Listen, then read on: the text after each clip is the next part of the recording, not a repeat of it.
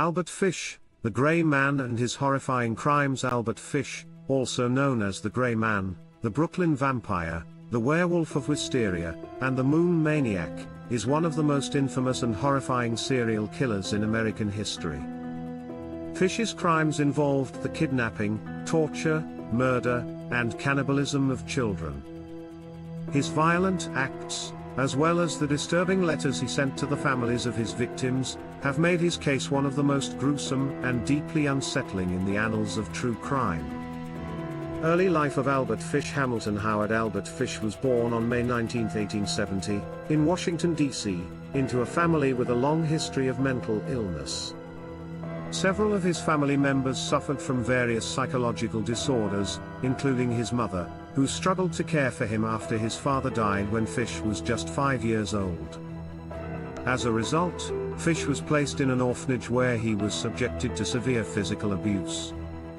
It was here that he began to associate pain with pleasure, which later evolved into the sadomasochistic tendencies that defined his violent behavior. From an early age, Fish exhibited disturbing behavior, including a fascination with sexual violence and self-harm. He developed a habit of inserting needles into his body, particularly into his pelvis and abdomen, some of which remained embedded in his skin for years. Fish also engaged in various forms of sadomasochism, which involved both harming himself and inflicting pain on others. Fish's descent into murder and cannibalism. By the 1920s, Albert Fish had fully descended into his career as a murderer. He preyed primarily on young children, whom he lured with promises of work or gifts. Fish's crimes were not just about murder, they involved extreme sadism, torture, and sexual abuse, culminating in acts of cannibalism. He claimed to have murdered and cannibalized several children, although he was ultimately convicted for only a few killings. His most infamous crime is the murder of Grace Budd, an event that horrified the nation. The murder of Grace Budd in May 1928, Fish saw a newspaper advertisement placed by a young man named Edward Budd, who was looking for work. Fish responded to the ad under the guise of offering Edward a job. On May 28, Fish visited the Budd family at their home in New York, posing as a wealthy farmer named Frank Howard. During his visit, Fish met Grace Budd, Edward's 10-year-old sister, and quickly changed his plans. Instead of hiring Edward, Fish focused his attention on Grace. Fish convinced the Budd family to allow Grace to accompany him to a supposed birthday party for his niece. Trusting the seemingly kind elderly man, the Budds agreed, and Grace left with Fish. She was never seen alive again. Fish's confession and the horrifying letter in 1934, 6 years after Grace's disappearance, her family received a letter from Fish that is considered one of the most disturbing documents in criminal history. In the letter, Fish described in horrific detail how he had lured Grace away, murdered her, and cannibalized her body. Here is an excerpt from the letter, which is particularly chilling. This letter shocked and horrified not only the Budd family but also the nation. It was traced back to Fish through the envelope's unique watermark, which led investigators to his location. Fish was arrested shortly after the letter was received. Fish's arrest and trial. Fish was arrested in 1934 and confessed to the murder of Grace Budd, as well as several other crimes. During his trial, his defense attempted to argue that Fish was insane and not fit to stand trial due to his numerous bizarre and self-destructive behaviors.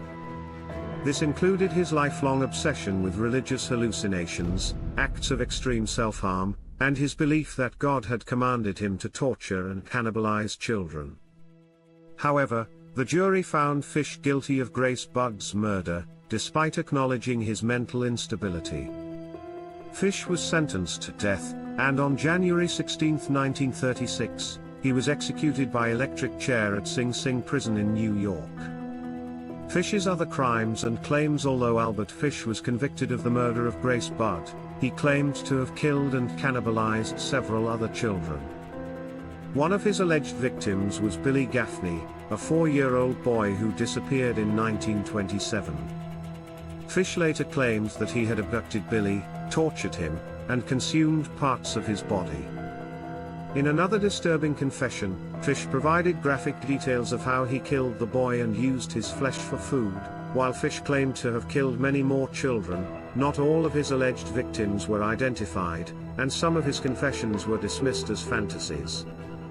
Still, the sheer brutality of his crimes has made him one of the most notorious serial killers in history.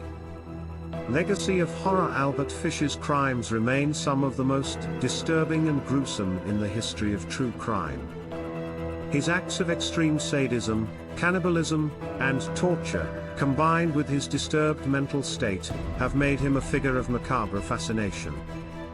His case continues to be studied by criminologists and psychologists as an example of a deeply disturbed individual whose depravity went unchecked for years. Fish's letters, especially his confession to the Budd family, are some of the most chilling documents ever produced by a serial killer. His horrifying actions have left an indelible mark on American crime history, and he is remembered as one of the most sadistic and deranged killers to have ever lived.